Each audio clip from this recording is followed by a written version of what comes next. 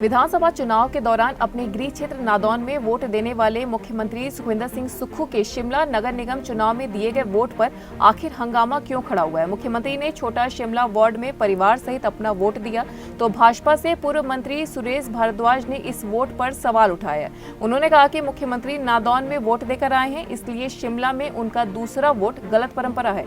हालांकि खुद सुरेश भारद्वाज ने भी उसी बूथ पर वोट दिया जिस पर मुख्यमंत्री ने वोट दिया है। भाजपा की ओर से उठाए गए सवालों पर मुख्यमंत्री ने भी जवाब दिया है। वोट देने के बाद मीडिया से बातचीत करते हुए मुख्यमंत्री ने कहा कि विधानसभा का उनका वोट विधानसभा चुनाव के लिए था। यह नगर निगम शिमला का चुनाव है और यहाँ राज्य सरकार ने हर उस व्यक्ति को वोट का अधिकार दिया है जिसका शिमला में बिजली, पानी इत्यादि का कनेक्शन है। जो शिमला में रहता है उसे अपना पार्षद या मेयर चुनने का अधिकार है। उन्होंने सुरेश भारद्वाज से सवाल पूछा कि पिछला चुनाव आप कसुम्पटी से लड़े थे, फिर शिमला शहर में क्यों वोट दे रहे हैं। मुख्यमंत्री ने कहा कि उन्हें जनता की ताकत और जनता के फैसले में भरोसा है, जबकि भाजपा चुनाव से पहले ही डर गई है। वोट डालने के बाद सीएम ने छोटा शिमला में एक ढाबे में चाय की चुस्की ली और साथ ही अपने पुराने दिनों को भी याद किया।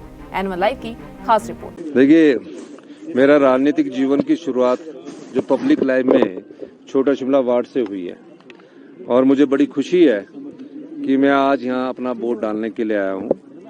मैं छोटा शिमला की जनता का भी बहुत धन्यवाद करता हूँ कि जिन्होंने मेरे राजनीतिक जीवन की शुरुआत में मेरा साथ दिया और 2 बार मुझे यहाँ से पार्षद बनाकर भेजा। और मैं इसलिए आज अपने एक प्रत्याशी है सुरेंद्र चौहान जी, जो पार्षद के समय मुझे सपोर्ट करते थे, आज वो मेरे प्रत्याशी है।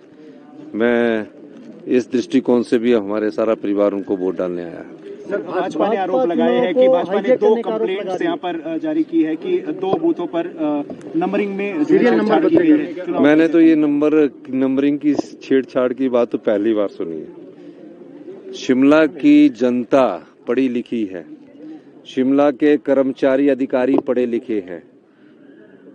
हाथ का निशान देकर ही लोग वोट डालेंगे या कोई और निशान देकर दूसरी पार्टी को वोट डालेंगे। ये कहना कि नंबरिंग कहनी है, ये गलत बात है और ये ना उनको शोभा देता है। लोग यहाँ जानते हैं कि हमने किसके पक्ष में वोट डालना है और लोग ये भी जानते हैं कि इस बार किसको उन्होंने समर्थन देना है। तो इस दृष्टिकोण से इस प्रकार की बातें करना कि 1 नंबर, 2 नंबर, 3 नंबर, वहाँ सिंबल नहीं होता, नाम के आगे सिंबल होता है और सिंबल को लोग नहीं जानते। तो इसका मतलब ये हुआ कि कोई और दूसरी तीसरी पार्टी को वोट नहीं पड़ेगा, सिंबल देख के वोट पड़ता है, विचारधारा को देख के वोट पड़ता है।